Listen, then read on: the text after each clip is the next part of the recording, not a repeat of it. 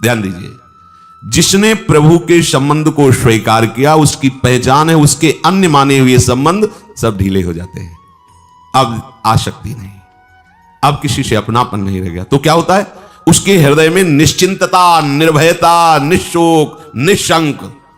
ये केवल साधन से नहीं हुआ है, प्रभु से अपना संबंध स्वीकार करने से और अन्य संबंधों को मिटाने से। जो मिटे हुए ही हैं पर आप माने हुए हैं सत्य, इसलिए आपको जो सत्य है उसका अनुभव नहीं हो रहा।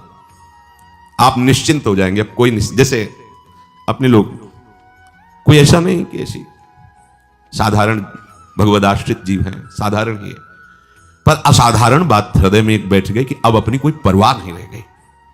हमें नरक मिलेगा कि स्वर्ग मिलेगा, निकुंज मिलेगा कि क्या मिलेगा और क्या जाएगा, अब क्या होगा, कोई प्रश्न नहीं रह गया है। बस हर प्रश्न का एक उत्तर है ना, श्यामा जी, करुणा समुद्र लाडली जो है ना, बस निश्चिंत हो गए। अब कोई चिंता नहीं रही, ना लोक व्यवहार की और ना परमार्थ की। परमार्थ व्यवहार बनोगे ना बनो, निश्चिंतता, निर्भय। अब कोई भय नहीं रहा कि शरीर में अमुक रोग है, अमुक लोग विरोध करते हैं, क्या होगा। वही होगा जो श्यामाजू ने पहले से विधान कर दिया है। अब कुछ ऐसा नहीं होने वाला जो नहीं होना चाहिए, वही होगा जो प्यारी जी और प्यारे जी ने विधान कर दिया है। इसलिए निश्चिंतता हर समय, कोई चिंता नहीं। सच्ची मानिए, ऐसा कुछ नहीं कि कोई विशेष अवतार होता है या कोई, ये विशेष भगवान की समर्पण वृत्ति जो होती है ना, यही सबसे बड़ी विशेष बात। जो जितना शीघ्र अपने को समेट कर प्रभु ने समर्पित कर दिया, वो उतना ही बड़ा महापुरुष हो जाता है। नहीं, जो ब्रह्मा जी में अंश है वही एक चींटी में भी विराजमान है, क्योंकि कभी ब्रह्मा जी को भी चींटी बनना पड़ता है, कभी चींटी भी ब्रह्मा जी बन जाती है, क्रम चलता रहता है। मस कहीं करें बिरंचिया जा ही मत सकते हैं। निश्चिंतता अगर आपके हृदय में नहीं आई तो आप मुख से कहते हैं श्यामाजू हमारी है, पर अंदर से आपने असत संबंधों को सजा रखा है। देख लीजिए, यह वाणी का केवल विषय नहीं है, यह हृदय का विषय है। अगर आप कहते हैं कि हे नाथ मैं आपका हूं, आपके सिवा मेरा कोई नहीं है, तो आपके अंदर निश्चिंतता आ जानी चाहिए। फिर चिंता आपको क्यों सता रही? इसका मतलब कुछ सजाए हो, अभी कुछ बचा के रखा है आपने, तभी आप चिंतित हो, नहीं तो निश्चिंत हो जाओगे। क्योंकि सच्ची मानिए, हमारी चिंता का कारण हमारा अज्ञान है। शरीर को लेकर, शरीर संबंधियों को लेकर, भोगों को लेकर, जीवन को लेकर, मरण को लेकर, यही चिंताएं, और इसी का नाम अविद्या है, अज्ञान है। अब हमारे जीवन भी प्रभु है, हमारा मरण भी प्रभु है। कोई कहते हैं मरण प्रभु कैसे हो सकते हैं? तो विभूतियों में वर्णन किया है कि सब कुछ हरण करने वालों में मैं मृत्यु हूं, तो मेरा प्रीतम श्री कृष्ण आ रहा है आलिंगन करने मृत्यु रूप से। अब क्या चिंता है? जिसके लिए पूरा जीवन व्यतीत किया आ रहा है, अब क्या चिंता है? तुम्हारे लिए मृत्यु होगी, मेरे लिए मेरा प्रीतम है, अब क्या चिंता है? निश्चिंतता उसके रोम रोम में भर जाती है। दूसरा, निर्भयता। किससे भय करे? बड़े से बड़े भयावह रूप में मेरा प्रभु विराजमान है, अब क्या भय करना है? नहीं होता भय। जब तक कुछ अपना माने हुए तब तक मेरा शरीर, तो भयभीत हो जाओगे। दो प्रकार का भय होता है, एक विचार भय और एक होता है स्वाभाविक भय। स्वाभाविक भय शरणागत में भी होता है। जैसे हम सत्संग करें, बड़ी जोर की आवाज, अभी कुछ हो, एकदम ऐसे हो जाएगा, ये सबके शरीर में होगा। एक बार पूज्य परमहंस स्वामी श्री मंगनानंद सरस्वती सेनपुर, बड़ा विशाल बट वृक्ष है, उसी के नीचे पद्मासन में बैठे ब्रह्म चर्चा कर रहे थे। तो एक आगंतुक गंगा किनारे आए हुए महात्मा थे, बड़े त्यागी तपस्वी, यही चर्चा वो कर रहे थे कि बड़े बड़े सिद्धों में भी स्वाभाविक भय विराजमान रहता है। तो उनका जब ब्रह्म बोध हो गया तो स्वाभाविक भय कैसे रहता है? जब वो जान गया कि मेरा स्वरूप ब्रह्म में, तो स्वाभाविक भय भी कैसे रह जाएगा? बोले नहीं स्वामी जी, स्वाभाविक भय होता है। और इतने में एक चील जो है, चील पक्षी होता है, वो ऊपर से सूखी डाल में बैठा, वो झरझर जैसे पत्तों से करती हुई ऐसे ऐसे हो गए। सिद्ध महापुरुष थे स्वामी मंगनानंद सरस्वती। उनका स्वामी जी आपको ब्रह्मबोध नहीं है क्या? ये क्या था? बम थोड़ी फूट रहा था, वृक्ष से एक छोटी डाल ही पत्तों से लड़खड़ाती हुई है, ये क्यों चेष्टा हो गई शरीर में? इसे कहते हैं स्वाभाविक भय, और ये बना रहता है। अचानक कोई आवाज, कोई ऐसा, वो एकदम ऐसे होगा।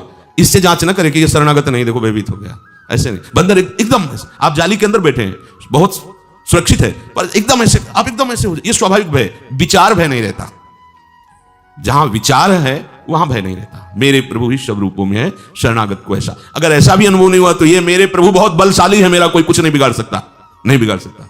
उनका नाम चल रहा है, उनके हम आश्रित है, हमारा कोई कैसे बिगाड़ सकता, नहीं बिगाड़ सकता। तो वो निर्भय हो जाता है, कहीं भय नहीं रहता। सबसे बड़ा भय होता है मरने की बात सुन करके, होता है। जब तक ठिकाने पे नहीं पहुंचा जाता तब तक सोचो मरना है। जिनसे हम प्यार करते हो सब छूट जाएंगे, शरीर संबंधी वो एक बार घबराहट पैदा हो जाएगी। आप सोचो, अगर आपको अभी कोई सूचना दे दे कि आप 2 दिन में मरने वाले हो, हालत खराब हो जाएगी। अब मृत्यु एक ऐसी सूचना है जिसमें सबके होश उड़ा देती है, सबके होश उड़ा देती है। ये मृत्यु एक ऐसी भय है, इससे कोई मुक्त नहीं हो सकता। वही मुक्त हो सकता है जो भगवान में तन्मय हो गया है, भगवान में स्थित हो गया। भगवत परायण उपासक ही मृत्यु से, जब मृत्यु की बात आती है ये सोच आता है कि अभी तो हमें ध्यान करना पड़ता है, अभी तो हम भाव करते हैं और शरीर छूटेगा तो हम अपनी प्रियाजू के पास पहुंच, कितनी खुशी होगी। ये बहुत अच्छी बात, जब छूटेगा ना तो हम प्रियालाल के समीप पहुंच जाएंगे, उनकी सेवा में पहुंच जाएंगे, अपने प्यारीजू का जिनका हम गान कर रहे हैं, जिनका चिंतन कर रहे हैं, उनसे मिलना होगा। ऐसे उपासक की मृत्यु जानते हो कैसा होता है? स्वप्न से जागरण या जागरण से सुषुप्ति, ऐसा समझ लो। एक स्वप्न है और उसमें जागा तो निकुंज पहुंच गया, या एक ये जागरण है उसमें एक गाढ़ निद्रा आ गई, आंख खुला तो देखा प्रियालाल के समीप पहुंच गए। अब मृत्यु भयावह नहीं रहेगी, अब उसको कोई भय नहीं छू सकता। अगला है निशोक हो जाता है। कौन? जो प्रभु से अपना संबंध मानकर सारे संबंध मिटा देता है। अब शोक किस बात का? आज बहुत सी वस्तुएं हैं, अगर ये नष्ट हो गई तो कैसे चलेगा? तो तुमने प्रकट किया है वस्तुएं, जिसने तुम्हारे लिए ये वस्तुएं सेवा में दी है, वो अनंत ब्रह्मांडों की रचना एक पलक झपकते कर देता है, तो तुम उसके दास होकर तुम वस्तु का शोक करोगे? हो ही नहीं सकता शोक। बड़ी से बड़ी हानि हो जाने पर उसके अंदर ऐसे नहीं आएगा कि अब क्या होगा, ऐसा नहीं हो सकता, क्योंकि वो जानता है कि हमारा प्रीतम कौन है। कहने में तो कह दिया अनंत ब्रह्मांड, लेकिन अगर इनमें घूमा जाए तो कल्प कल्प लग जाएंगे, फिर भी पार नहीं पाओगे। ऐसे मृत्युलोक ही इतना बड़ा है। कुछ देश आपकी समझ में केवल आते हैं, लेकिन बहुत सी ऐसी भूमि है जहां केवल सिद्ध देवयक्ष गंधर्वों का प्रवेश है, मनुष्य जा ही नहीं सकता है, कोई वायुयान भी नहीं जा सकता। केवल बातें बनाना अलग बात है, वहां केवल दिव्य सिद्धियों से को प्राप्त हुए महापुरुष ही वहां जा सकते हैं। इसी मृत्यु लोक में ऐसी जगहें हैं। भागवत में वर्णन है, एक आम की नदी बहती है, एक जांबू, उसमें सोना बहता है, एक शहद की नदी बहती है, एक दूध की नदी बहती है। अपने तो केवल नमक वाले समुद्र के घेरे में ही इतना परिचय तो है, इसी में, इसी मृत्यु लोक में भागवत में वर्णन है। ऐसी ऐसी नदी, अगर बताओ दूध की नदी तो फिर खरीद लगाए पड़े, बोला आप लगा, लेकिन अपने लोगों को काय में घेरा गया है नमक वाले में। नमक का ही पानी मिलेगा समुद्र में आसपास जहां जितना है। कोई ऐसा नहीं कि गन्ने के रस वाला मिला या आम के रस वाला मिला, ऐसा नहीं। वो आप पढ़ करके देखो तो है ना मृत्यु लोक में। और ये बहुत छोटा लोक है मृत्यु लोक। ऐसे न जाने कितने लोक, लोकांत, मतलब जैसे स्वर्ग लोक कह दिया, केवल स्वर्ग लोक, लेकिन स्वर्ग लोक में गंधर्व लोक, अप्सरा लोक, कितने ऐसे लोक हैं, कोई पार पा सके, इसीलिए उनका नाम अनंत है। और वो अनंत भगवान मेरे प्रीतम हैं। अगर मेरी कुछ वस्तुएं जो मानी हुई सेवा की हैं वो नष्ट हो जाती है तो शोक क्या? क्या शोक? हमारे प्रभु चाहते हैं कि ये प्रयोग में ना हो, इसलिए नष्ट हो गई। अगर चाहेंगे तो एक क्षण में उससे अनंत गुना वस्तुएं उपस्थित हो जाएंगी। इसलिए भक्त के हृदय में, शरणागत के हृदय में शोक नहीं होता। आगे कह रहे निशंक रहता, कोई शंका नहीं होती, पता नहीं कल्याण होगा कि नहीं होगा, यह शंका नहीं होनी चाहिए। यह शंका है तो तुमने कभी किसी संबंध को सजा रखा है, इसलिए किसी भोग के भोक्ता बने हो, इसलिए शंका है। नहीं, सच्ची कहते हैं, बिल्कुल निशंक हो जाओगे, कल्याण का भी कल्याण हो जाएगा। अगर शंका है कि पता नहीं मेरा कल्याण होगा कि नहीं, तो 2 बातें ढूंढ लो, किसी भोग में सुख भोग रहे हो और किसी संबंधी को सजा रहे हो। अगर ये 2 बातें, तब ये शंका आई, अगर ये नहीं है तो निशंक हो जाओगे। ब्रह्मभूता प्रसन्नात्मान शोचति न कांक्षति समाः सर्वेषु भूतेषु मद भक्तिम लभते पराम। अब उस उपासक के हृदय का क्या आनंद होगा जो निश्चिंत है, निर्भय है, निशोक है और निशंक है। ये उसी का होता है जिसने सारे संबंध मिटाकर, मिट तो जाएंगे ही, छिन तो जाएंगे ही। तो गोस्वामी जी कह रहे हैं, अंत ही तो तजेंगे पामर तू न तजय वहीं ते। अरे तू अभी से मान ले तो तू मुक्त हो जाएगा, और छिन तो सब जाएंगे, तू यहां से कुछ नहीं ले जा सकता। महान सम्राट सिकंदर, महान बलशाली विजेता, जिसने पराजय का मुंह कभी नहीं देखा था। कुछ संत जन जे ही सिकंदर से रुके, आदर करता था संतों को, उतरकर नमन किया, बोले सुना है आप बहुत पराक्रमी और बलशाली हैं, एक काम मेरा कर देना। ये हमारा जो वस्त्र है फट जाता है तो उसका प्रयोग करने के लिए मैं सुई रखता हूं, सिल लेता हूं। ये सुई सुनते हैं परलोक में नहीं मिलेगी और आप बलशाली हो, ये सुई पहुंचा देना, इतना आप प्रयोग कर लो अपने बल का कि ये सुई पहुंचा देना। तो उसने कहा कि परलोक जाने पर सुई क्या, कुछ नहीं जाता, आपको ज्ञान है? यहां इतना तो है कि कुछ नहीं। फिर लाखों जीवों की हत्या कर रहे हो, जीवों को काट रहे हो और अपने को तुम बहुत बलशाली समझते हो, एक सुई भी यहां से नहीं ले जा सकते और तुम समझते हो सिकंदर सम्राट है क्या तुम? उसी समय से युद्ध बंद कर दिया और कहा जब सिकंदर मरे तो उसके विमान से दोनों हाथ ऐसे कर देना जिससे सब लोग देखें कि महापराक्रमी बलशाली सिकंदर, एक सुई भी नहीं ले जाना, एक सुई भी ले जाने में समर्थ नहीं है यहां की। तो अंत ही तो वही त्यजेंगे पामर, तू न तजय वही ते मन पचित है अवसर बीते। एकमात्र प्रभु के संबंध को स्वीकार करके सब संबंध मिटा दो, जिधर देखोगे उधर तुम्हें प्रीतम खड़ा मुस्कुराई देगा। जिधर देखोगे जड़ चैतन्य कछु नहीं दीखत, जित दीखत तित श्याम खड़े, बिहल बिकल संभारण तन की, भूमत नैना रूप भरे, करनी अकरनी दो विधि भूले, विधि निषेध सब रहे धरे, नर हरिदास ते भय बावरे, जे या प्रेम प्रवाह परे। पर प्रेम प्रवाह में पड़ने के लिए प्रेम गली अति साकरी तामे दो न समाए, बस एक प्रीतम, इसके सिवा कोई अपना संबंध ही नहीं। प्रभु कह रहे हैं कांक्षन्तः कर्मणां सिद्धिं यजन्त हि देवताः, क्षिप्रं हि मानुषे लोके सिद्धिर्भवति कर्मजा। जब ऐसे करुणा निधान प्रभु हैं, इतने सामर्थ्यशाली हैं और इतना हम सबको प्यार करते हैं, तो सब लोग ऐसे प्रभु को क्यों नहीं बचते? तो प्रभु कहते हैं ये जो शकामी लोग हैं ना, अपनी कामना की पूर्ति वाले, ये विविध देवताओं की आराधना किया करते हैं, क्योंकि इस मनुष्य लोक में जल्दी फल की प्राप्ति, कामना की पूर्ति इन्हीं देवताओं की आराधना से होती है। जल्दी भगवत प्राप्ति की बात नहीं कर रहे, कामनाओं की पूर्ति की। ऐसा करो ऐसा हो जाएगा, ऐसा करो ऐसा हो जाएगा। कांक्षन्तः कर्मणां सिद्धिं यजन्ते हि देवताः। यहां प्रभु इसलिए कह रहे कि ऐसा हमारा उदार स्वभाव, ऐसी सामर्थ्य, ये सब सुन करके भी सब केवल मेरे ही परायण क्यों नहीं होते? उसका कारण ही होता है कि अपनी कामनाओं की पूर्ति के लिए विविध देवताओं का यजन करते हैं। इसमें भी एक बात है, यदि स्वार्थ रहित हो करके किसी की भी आप आराधना कर लो तो वो आपको भगवान तक पहुंचाने का रास्ता दे देगा। किसी की भी, सुअर कुत्ता मनुष्य, किसी की भी स्वार्थ रहित निष्काम भाव से किसी की भी सेवा बन जाए तो आपको भगवत मार्ग में लगा देगी, आगे भगवत मार्ग में बढ़ा देगी। और सकामता होने के कारण, फल प्राप्ति की आकांक्षा से किसी देवी देवता की आराधन वृत्ति होने के कारण वो भगवान को नहीं जान पाता, भगवान के मार्ग में नहीं चल पाता। सबको ये पता है कि बहुत जल्दी जो देवताओं के लिए कर्म किए जाते हैं उनका फल अनुभव में आने लगता है। अगर सही ढंग से किया जाए तो कुछ मंत्र ऐसे, कुछ आराधनाएं ऐसी, कुछ वो जल्दी लाभ दिखाई। लेकिन हमारे प्रभु ऐसा नहीं है, प्रभु का ऐसा स्वभाव नहीं। प्रभु सर्वतो भावेन, तुम्हारे अंतःकरण की वासनाएं और पाप प्रवृत्ति का नाश करके परम सुख प्रदान करने के लिए ही आपकी मांगी हुई कामनाओं को, जिनसे आपका परम सुख रुकता है, वो कभी नहीं देंगे आपको। और देवता क्या है? दुकानदार।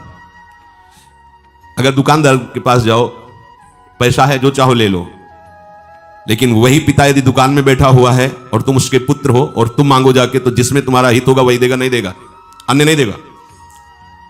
प्रमाणित करो कि आपके लिए बात आवश्यक है। अगर वो नहीं सिद्ध होती तो नहीं देगा। चलो जो घर में वही खाओ, यहां तुम्हारी मनमानी नहीं चलने वाली। प्रभु हमारे अहेतुकी कृपालु हैं, वो हमारे मांगने पर भी वो वस्तु नहीं देते जिससे हमारा माया चक्र और पुष्ट हो, जिससे हम दुख अशांति क्लेश में पहुंचे, वो नहीं करते। प्रभु बहुत दुलार करते हैं अपने भक्त को। देवर्षि नारद जी ने जब भगवान पंपा सरोवर में विराजमान एकांत में थे तो कहा, प्रभु एक बात खटक रही है, जिंदगी में एक बार तो हमने उस राजकुमारी से ब्याह करने की सोची थी, आपने क्यों नहीं करने दिया? कुछ और कभी मांगा नहीं था आपने, और उसी का परिणाम है कि आप एक अगर मृग मधुकर श्रेणी तुम देखी सीता मृग नैनी, आप बिलप रहे हो क्योंकि हमें श्राप दिया था, जैसे मैं स्त्री के दुख में दुखित हो रहा हूं वैसे तुम। तो प्रभु ऐसा क्यों आपने ऐसा किया? तो प्रभु ने वहां कहा था कि मैं अपने भक्त को बहुत प्यार करता हूं और मैं प्रसन्न होकर भक्त को कभी माया नहीं देता। अगर वो मांगता भी है तो जैसे वैद्य से कुपथ्य रोगी मांगे तो वैद्य नहीं देता, सदवैद्य नहीं देता, ऐसे मैं अपने शरणागत भक्त के मांगने पर भी जो उसे बंधन क्लेश अशांति प्रदान करे वो कामना पूर्ण नहीं होने देता। मैं तुमको बहुत प्यार करता हूं नारद, इसीलिए तुम्हारी उस इच्छा की पूर्ति नहीं होने दिया, क्योंकि उसमें बंध जाने पर फिर मेरी प्रेम लक्षणा वृत्ति नहीं रह जाती, प्रेममयी वृत्ति नहीं रह जाती, और तुम हमारे अनन्य प्रेमी हो, इसलिए हमारा कर्तव्य बनता था जिससे तुम्हारा परम हित हो वही मैं करूं। आंसू आ गए नारद जी के, यह ऐसा प्यार करने वाला कौन हो सकता है। प्रभु हैं अपने सगे स्नेही सुहृद, बहुत दुलार करने वाले, और देवता हैं दुकानदार। जैसे जितना पैसा जो चाहो ले लो, वो उनको मतलब नहीं कि तुम क्या ले रहे हो, पैसा दीजिए और लीजिए, पर प्रभु ऐसा नहीं करते। दुकानदार को मूल्य से मतलब है, प्रभु को आपसे मतलब है। कितना दुलार है उनकी नाम है, उनकी नाम में कितना दुलार है, ये कोई शरणागत ही जान सकता है। जो हम चाहते हैं वो नहीं होने देते, उसमें कितना उनका प्यार है। और अज्ञान के कारण जैसे छोटा बच्चा कुछ मांगता है और उसका अहित उसमें होता है तो माता पिता नहीं देते तो गुस्सा हो जाता है, और वो अपने साथियों से कहता है कि बहुत कब ये पधारे और हमारा राज्य पूरा हो। वो अंदर से अहित सोचता है कि माता पिता मेरा अनिष्ट करने वाले, वो नहीं जानता। ऐसे ही नास्तिकता आ जाती है उन शकामियों के हृदय में, जब भगवान की आराधना करते और भगवान का उधर से ना होता है तब उनको लगता है क्या भगवान, सब कुछ तो था, इतना कर देने में क्या जाता है, ऐसा सोचते हैं। तुम नहीं जानते तुम्हें कितना प्यार करते हैं, इसीलिए वो अपनी मायाकृत, भगवान का प्यार मायाकृत वस्तुओं के बढ़ने में नहीं है, भगवान का प्यार है मायाकृत वस्तुओं का विस्मरण करने में। कोई भी हमारा नहीं, कुछ भी हमारा नहीं। भगवान जिस पर कृपा करते हैं उसकी सर्वात्मतर वृत्ति का अपहरण कर लेते हैं, इसी का नाम है सर्वनाश। सर्वनाश शब्द से लोग भयभीत हो जाते हैं कि भगवान बाहर का सब कुछ नष्ट कर देते हैं। तो देखो अम्बरीश जी चक्रवर्ती सम्राट हैं, क्या नष्ट हुआ? सर्वात्म वृत्ति भगवान, एक एक वृत्ति भगवान ले लेते हैं अपने। ये उनकी दया है, ये उनकी करुणा है। नहीं, संसार में वृत्ति लगाकर ही तो हमारी दुर्गति होती है। जैसे दुकानदार के पास जाओ, आप दिया सलाई मांगो, चाकू मांगो, कुछ भी मांगो, पैसा दीजिए और लीजिए, परंतु यदि अपना पिता दुकान में बैठा है तो आपको नहीं देगा। चाकू की क्या जरूरत है, दिया सलाई की तुम्हें क्या जरूरत है, किसका, दबका के भगा दे चल, तो आपको लगेगा कि ऐसे हमारे प्रभु हैं, मांगने पर भी नहीं। भक्तों को कोई रोग होता है, बड़े बड़े पापी हैं, उनको रोग देना चाहिए, और भक्तों को रोग दे देते हैं ऐसा वैसा। भक्तों की क्या परीक्षा, क्यों पिटवाते हैं भक्तों को? कहते हैं बाल भी बांका, खाल उधड़वा देते हैं, स्वयं पिटवा देते, बड़े लीला बिहारी। ये सब क्या है? दूर से नहीं जान सकते प्रभु को, दूर से तन्मय हो फिर जान जाओगे। आओ तुम अपने हृदय को प्रभु के चरणों में समर्पित करो, वही स्थिति तुम्हारी होगी, प्रश्न ही नहीं रह जाएगा। फिर तो रोम रोम तुम्हारा बलिहार होगा कि ऐसे गुरुदेव, ऐसे संत महापुरुषों के चरणों की बलिहारी, जिन्होंने मुझे ऐसे प्रभु दे दिए, ऐसे लाडले ठाकुर दे दिए। देवता लोग अपनी उपासना करने वाले उपासकों का हित होगा या अहित, बिना विचार किए उनकी तपस्या, उनके कर्म के अनुसार उसका फल देने के लिए तैयार है। पर भगवत प्राप्ति या मोक्ष किसी भी देवता के सामर्थ्य नहीं कि दे सके। एक सृष्टि जन्य प्रयोग में आने वाली वस्तु या कोई सिद्धि ऐसी दे सकते हैं, उसमें तुम्हारा हित हो अहित हो इससे कोई मतलब नहीं है। ऐसा होने पर नाशवान पदार्थों की आसक्ति, ममता, कामना और बढ़ जाती है, और जितनी वस्तुओं में प्रभु को भूला हुआ था और वस्तुएं बढ़ गई तो प्रभु की याद की कोई गुंजाइश ही नहीं रह गई। पर प्रभु कहते मेरा ऐसा नहीं है। बड़े कृपालु हैं भगवान, बड़े कृपालु हैं, पर उनकी कृपा को समझ पाना कोई भक्त ही, शरणागत ही, दूसरा नहीं समझ सकता। दूसरे तो तर्क वितर्क करने लगते हैं। क्षिप्रम ही मानुषे लोके सिद्धिर्भवति कर्मजा। प्रभु के सिवा जितनी भी भूमियां हैं सब भोग भूमियां हैं। कर्म भूमि ये है, सब भोग। आब्रह्म स्तंभ पर्यंतम सर्वम माया में। अगर कोई देवता प्रसन्न होकर अपना लोक भी दे देता है तो क्या, पुण्य क्षीण होने पर फिर मृत्यु लोक आना विश्राम नहीं है। सब लोग यही जानते हैं कि कर्म से ही सिद्धि की प्राप्ति होती है। पशु पक्षी, मनुष्य शरीर, देवता, ये सब कर्मों के परिणाम से ही प्राप्त होता है, पर भगवान कर्मों के परिणाम नहीं है। ध्यान देना, किसी भी कर्म का परिणाम भगवत प्राप्ति नहीं है। ये जो साधना बताई जाती है ये असाधनों को त्यागने के लिए बताई जाती है। भगवत प्राप्ति होती जे भी असाधन का त्याग हुआ, पाप मल नष्ट हुआ, ममता अहंकार क्षीण हुआ, ते भी अपने हृदय में अपने प्रभु का संबंध प्रकाशित दिखाई देगा। और जे ही उस संबंध की गाढ़ तन्मयता हुई, भगवत साक्षात्कार हो गया। असाधन ही भगवत प्राप्ति में बाधक है, उन्हीं असाधन के लिए साधन पद्धति है। भगवत प्राप्ति स्वतः सिद्ध है, वो जागृत हो जाती है। नाशवान कर्मों के द्वारा कभी अविनाशी फल की प्राप्ति नहीं होती, अविनाशी भगवान की प्राप्ति नहीं होती।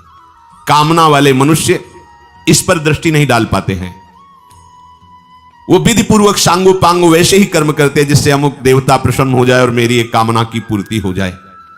पर वास्तविक सिद्धि जो भगवत प्राप्ति है वो कर्मजन्य नहीं है। भगवत प्राप्ति के लिए जैसे वर्णन किया गया है कर्म योग ज्ञान योग आदि, ये केवल असाधनों को मिटाने के लिए है। जो शास्त्र विरुद्धाचरण कामना अहमता ममता में फंसकर होते हैं उनको रोकने के लिए है। जैसे जल की चंचलता और मलिनता मिटी तो नीचे क्या है अपने आप दिखाई देता है। जब तक जल चंचल और मलिन रहेगा तो उसके तह में क्या है आप नहीं देख पाएंगे। ऐसे ही अंतःकरण जब तक विषयों में चंचल रहेगा और पाप प्रवृत्तियों से मलिन रहेगा तो हृदय में विराजमान भगवान को आप नहीं देख पाएंगे। जहां हृदय एकाग्र हुआ अंतःकरण और पाप रहित हुआ वहीं भगवान का साक्षात्कार हो जाता है। तो असाधनों के त्याग के लिए साधना है। कर्मों के संबंध विच्छेद के लिए कर्मयोग का अनुष्ठान है। यह सकामता होने के कारण नहीं समझ में आती। अपने लिए कर्म करना बंधन का कारण है। सारा संसार पूछो उससे किसके लिए कर्म कर रहे हो? मैं अपने लिए कर रहा हूं, अपने परिवार के लिए कर रहा हूं। ये शास्त्र समझ पाना इसलिए कठिन होता है। अपने लिए कर्म करना यह बंधन का कारण है, इसीलिए उसका योग नहीं होता, वियोग का अनुभव होता है। सब जगह वो प्रभु को नहीं देख पाता, अपने लिए कर्म कर रहा है। जब प्रभु के लिए या दूसरे के सुख के लिए कर्म किया जाता है तो वही कर्म हृदय को निष्पाप करता है। जब अपने लिए कर्म किया जाता है तो इतना स्वार्थ बढ़ जाता है कि वो पाप कर्मरत हो जाता है। यह सूत्र समझ में आ जाए तो प्रभु की तरफ हमारी गति बढ़ जाए। अपने लिए भोजन बनाता है, वो अपने लिए कमाता है, अपने माने हुए परिवार के पोषण के लिए उसे कुछ भी करना पड़े वो करता है। यही सब कर रहे हैं। सब संपूर्ण सृष्टि इसी चक्र में घूम रही है। अपने लिए कर्म करना, अपने लिए सुख भोग की व्यवस्था करना, अपने लिए सुख भोग चाहे कितना भी कुकृत्य करना पड़े, हिंसा करना पड़े वो करने। इसी का नाम बंधन है, इसी का नाम अविद्या है। प्रभु के लिए कर्म करना, प्रभु में संसार को प्राप्त सामग्री के द्वारा तत्सुख भावना से सेवा करना। पर यह बदल गई ना वृत्ति। ऐसी वृत्ति तो महात्माओं में होती है। तो ये बिना महात्मा बने भगवत प्राप्ति नहीं होती। महात्मा की वृत्ति होती है। ये तो आचार्य परंपरा से वेश की भी मर्यादा है। ये तो बात वृत्ति से बनती है। जो अंतर की वृत्ति उसी से भगवत साक्षात्कार होता है। अपने लिए कर्म करने से मनुष्य दुर्गति को प्राप्त होता है। जैसे लोग कहते हैं ना हमें किसी क्या भगवान से मतलब है, किसी से क्या मतलब है, अपना कमाता हूं खाता हूं अपने परिवार का पोषण करता हूं। तो इसलिए नहीं भेजे गए हो, इसलिए भेजे गए हो कि परिवार की सेवा भगवत भाव मानकर कीजिए और अपने शरीर को उपासना मार्ग में लगाइए।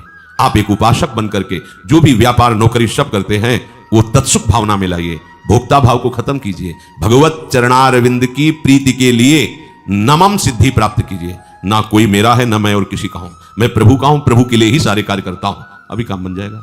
अपने लिए कर्म करने से मनुष्य बंधता है और किसी भी जीव की सेवा के लिए वो उसको भगवान की तरफ ले जाता है। ध्यान रखना, बंधता तभी है कि ये हमारी पत्नी, इसका हमारे प्रति ये कर्तव्य होना चाहिए। तो तुम्हारा क्या कर्तव्य होना चाहिए? हम अपने कर्तव्य को ना देखकर सामने वाले के कर्तव्य को देखते हैं और वहां अपने प्रतिकूल पाकर के क्रोध करते हैं। स्वसुख वांछा से बंधा हुआ जीव ऐसे बंधनों में बंध करके न जाने कैसे कैसे हिंसात्मक वृत्तियां अपना लेता है। उपासक वही है जो अपने कर्तव्य, ये मेरा पुत्र है, मेरा इसके प्रति क्या कर्तव्य है, पत्नी मेरा कर्तव्य इसके प्रति क्या है, ये माता पिता मेरा कर्तव्य इनके प्रति क्या है, ये समाज है समाज के प्रति मेरा कर्तव्य क्या है। जो अपने कर्तव्य को देखता है और अपने कर्तव्य का पालन करता है तो उसे भगवत मार्ग मिल जाता है। जो अपने सुख के लिए दूसरों के कर्तव्यों पर अंगुली करता है, देखो भाई तुम हमारे हो तो हमारे लिए तुम्हें ये करना चाहिए, वो सुसुख वांछा के कारण प्रतिकूलता अनुभव होने पर क्रोध और हिंसा आदि को अपना लेता है। जैसे लड़ाई झगड़ा ऐसा होता है, इसी वृत्ति से वो बंधता है।